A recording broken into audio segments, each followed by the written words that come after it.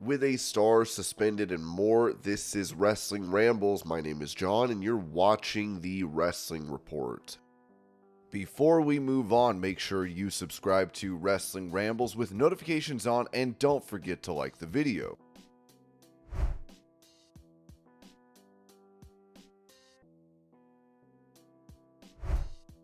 In the main event of Raw on Monday, Jey Uso would come out on the losing end of a match against Drew McIntyre. Jimmy Uso and Solo Sikoa of the Bloodline interfered to screw Jey out of his win, as Seth Rollins and even Cody Rhodes came to his aid. After the show, Cody ran off Drew McIntyre with a chair and was in the ring for a promo segment with Jey Uso and Seth Rollins to send the fans home happy. Here's the clip.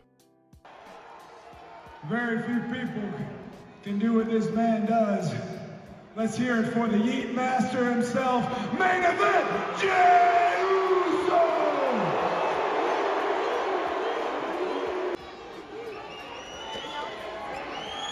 Y'all been hearing that whistle all night, huh?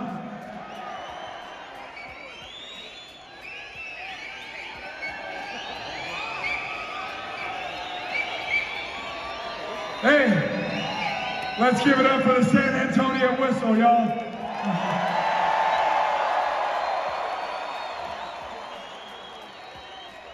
And my man just coming out here trying to do the right thing. The franchise man on Monday Night Raw, the World Heavyweight Champion, Seth freaking Rollins!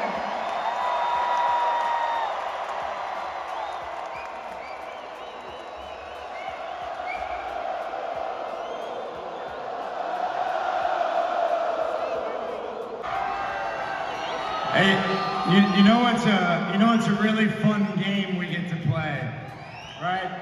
So when you guys sing the song,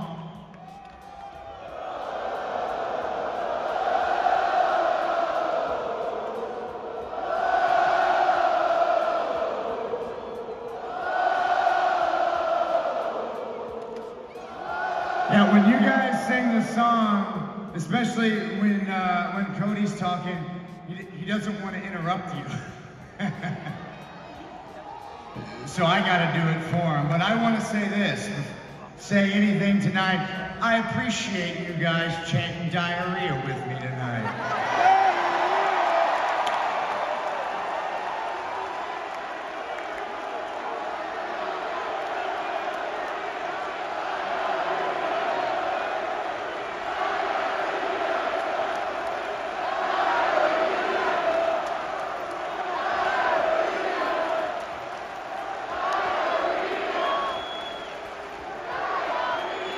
We're off the air now. We're off USA Network now, so I can say now what I meant, which is The Rock's full of shit.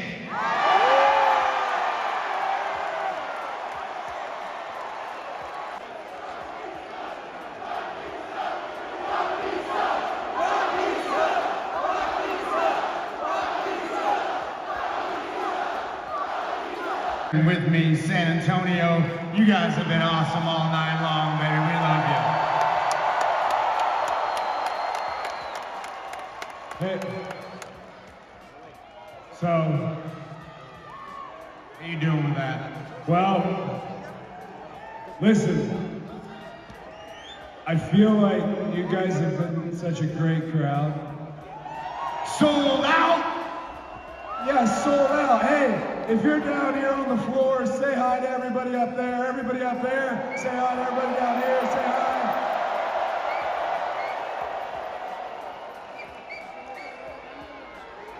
So,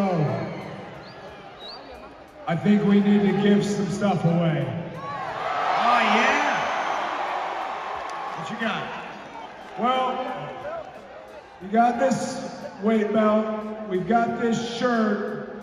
But also, I have a feeling that my man, main event Jey Uso,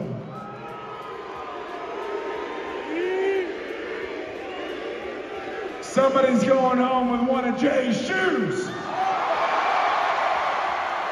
What? He gonna sign the You gonna shoe? sign it? He gonna sign the shoe? Here's the thing, y'all. Here are the rules when it comes to Jay's shoe. Jay can only give it to the loudest person in here tonight.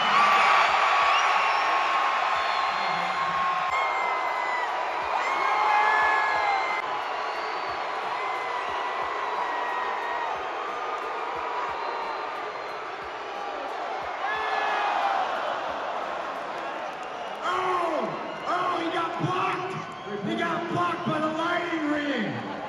Wow. All right, hold on. Jay. Wait, me? Now you want me to do it? Here it is.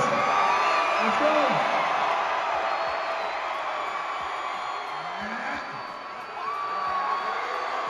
All right, here we go. Here we go, baby. Okay, I do my best. Here we go. All right.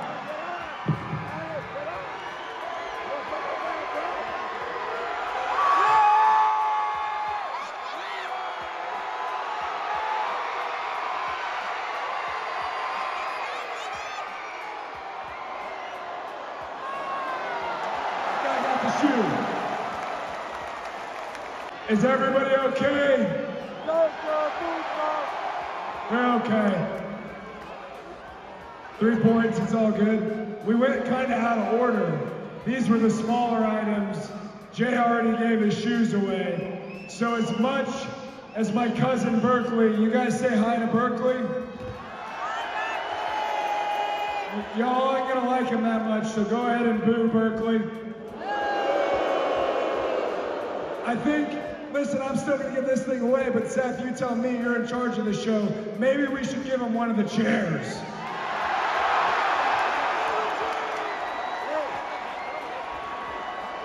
Does anybody want a chair? And we will not be throwing the chairs. Hey. There you go. I should probably sign this one. I think it's the one I kicked into your brother's face. Sign that chair. But can I step over here? Yeah, I'm coming over, guys. He's going in. He's going in.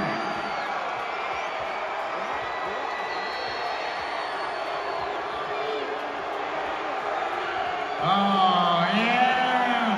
Give it up for the Little Nightmare.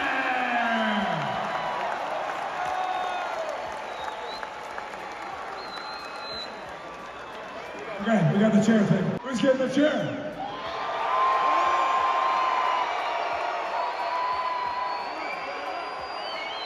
Oh, I see him. I see him. You got someone?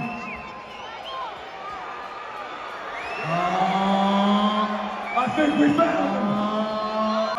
He's firing up. He's firing. He's firing up. Yeah. There you go, my man. That one's for you. Yeah. Guys, it's been a wonderful night. You guys, it's a pleasure being here, a privilege and honor. Hey, I know is anybody coming to SmackDown this Friday in Dallas? Yeah. How far away is Dallas? Oh, it's far. Yo, Texas, y'all big. Yeah, man. Everything's bigger here, you know what I'm saying? That's right. Well, guys, when we come back to San Antonio, I hope every one of you joins us when we do come back. Thank you, guys. Take care of one another. Drive safe. God bless. We love you. Have a great night.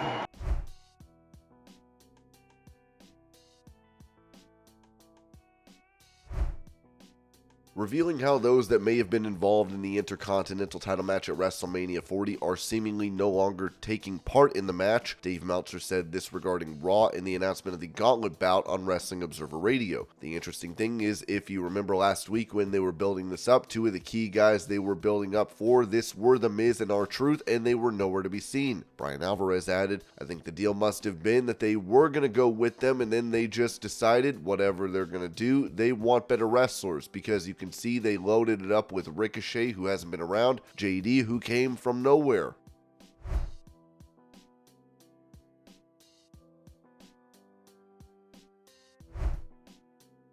It appears that AEW has issued a suspension for a star, with Ringside News noting that Fightful Select has indicated that Sammy Guevara is currently under suspension following his involvement in a match against Jeff Hardy on February 14th. In this match, Jeff Hardy suffered an injury, and it appears that concussion protocol was not adhered to. Furthermore, Guevara executed his finishing move on Hardy, a move that, according to sources, should not have occurred under these circumstances. While specifics regarding the duration of Guevara's suspension and additional details have not been disclosed, it is noteworthy that he subsequently participated in a no disqualification match against Powerhouse Hobbs following the encounter with Hardy. As for Jeff Hardy, there is no clear timetable for his return to action. Efforts to obtain comment from Sammy Guevara regarding the situation have been made, but as of now, no response has been received.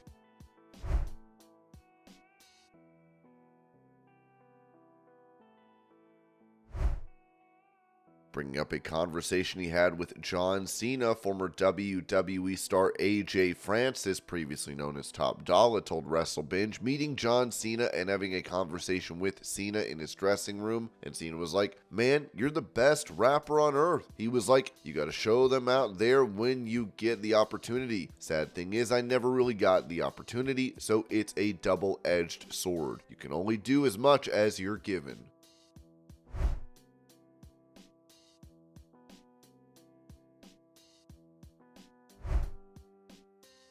Asked about female stars from CMLL appearing in AEW, president of the company, Tony Khan, said this at the post-Revolution media scrum. "Yes and yes, absolutely it would and it can. I would love to have Stephanie Vaquer here, and I have already talked to Salvador about that, and I'm excited about it. She is somebody I've asked Salvador about and would love to have here. We're also very happy with that relationship. CMLL has been great partners, and we love working with them. We'd love to have Stephanie here."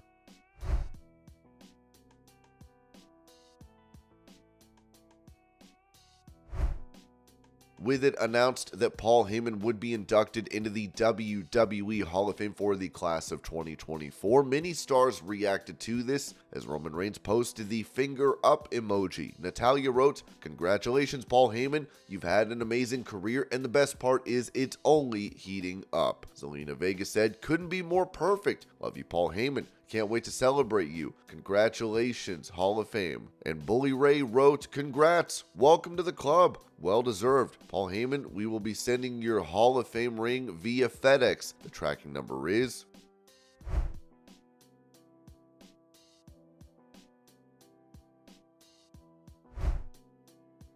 Touching on her reaction to her husband, Matt Cardona, wearing a women's tag title belt at an indie show after she became champion in WWE, Chelsea Green said this on the Lightweights podcast. "Oh my gosh. Okay, so he came and watched me win the title in Atlanta. I guess after I won the title, he immediately went online and bought the replica, got overnight by WWE Shop or Fanatics, and had it like 2 days later to go to Japan with. He didn't ask me, he didn't tell me. I saw him with it in Japan. Everyone thought, because he was in Japan on my off days, that it was the real belt. Yes, everyone thought he took my belt. I was just waiting for someone at work to call me and ask. Thank God they did not believe it, but I was worried.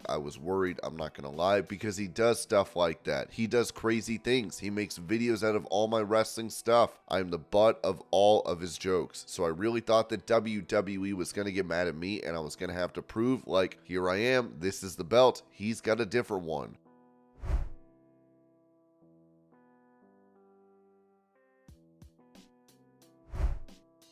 Revealing the extent to his creative input in the Bloodline's angles, Paul Heyman told the New York Post, "I carry a significant voice in how we are portrayed and presented. That includes everything from camera angles to music to storylines. It's why Roman Reigns bestowed upon me the blessing name of the Wise Man, which is both acknowledgement from the tribal chief to his special counsel, and also a historical reference to the Grand Wizard Freddie Blassie and Captain Lou Albano, who are the only managers during the Vincent James McMahon, father of Vince McMahon, era. I don't know if I could only be a performer. I wouldn't be satisfied. I wouldn't be happy with just going out there and doing our shtick. I have to have a voice. I have to have some level of input, and so far as luck would have it, that input has been not only welcomed, but encouraged and very well received."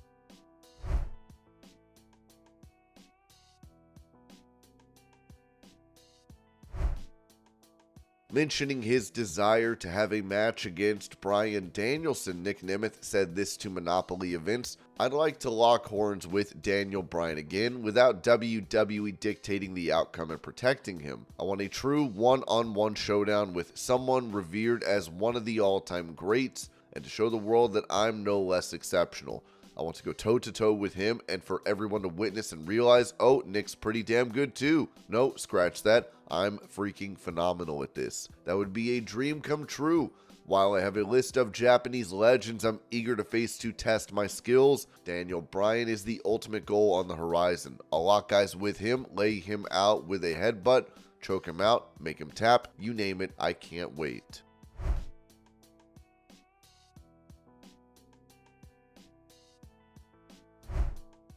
Going over a potential WWE Hall of Fame induction, Ringside News wrote that during the latest installment of Wrestling Observer Radio, Dave Meltzer mentioned that there is speculation that Haku could be inducted into the WWE Hall of Fame. Haku, known as the father of Tama Tonga, recently transitioned from New Japan Pro Wrestling to WWE. Despite not being blood related, Dwayne "The Rock" Johnson has referred to Haku as his uncle.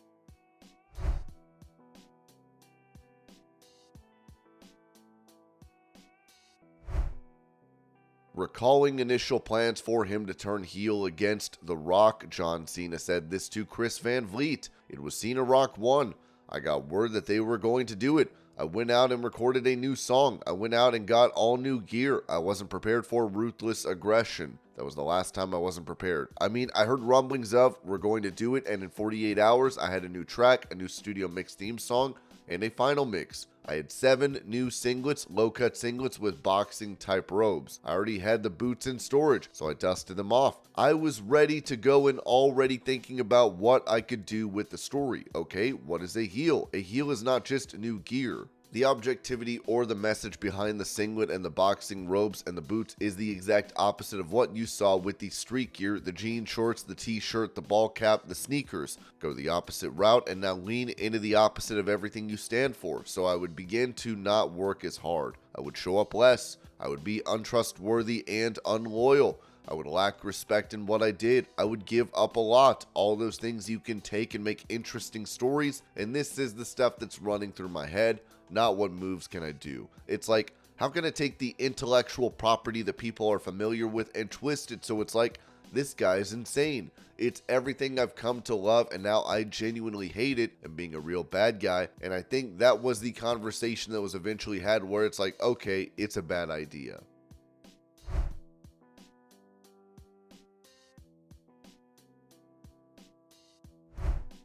During that same interview, John Cena said this regarding his meeting with former AEW World Champion MJF. So the whole totality of the thing is I knew he was going to be there. I don't think the old me would have associated with him just because of how WWE I was. I still am WWE, but there is room for competition and competition is great, and just because you don't wear the company brand I have doesn't mean you're a bad performer. Sports entertainment is a finicky business, and again, there's a lot of chances to make moments. This is one of their top performers for AEW, and I don't know if I'm going to be the target of a moment. I'm just going to support my friend in a movie. He couldn't have been nicer. He couldn't have been more cordial. We met each other and I got pulled away to take some pictures, and then we were about to do everything else before I even got to you, and I was like, hold on, give me 2 minutes. I shook his hand. I said, man, I'm so sorry. Excuse my ignorance. I didn't know what to expect from you today. You are a class act. I can't believe you're as professional as you are. That's just my ignorance. I'm sorry I had that judgment. I want to thank you for being so special. Thanks for making my night. Then we got back and I was able to talk to him more, and I kind of was like, maybe we can get you to play for the right team one day and all that. There's no denying the fact that he's doing good work, and I don't think that I should ignore that. Honestly, I was floored by his professionalism. Where it would have been an easy target at a wrestling movie premiere to have yourself a moment, and we did have a moment, and it was one that the internet paid attention to. It was one where I was hoping that this person that I met, I could once bet on, like, man, oh, we just get you over here. That'd be awesome, but it was great. It was great to meet a professional, classy, driven young man. And this was your pro wrestling news update. I hope you're all having a great day. Thank you so much for watching, and I will see y'all later.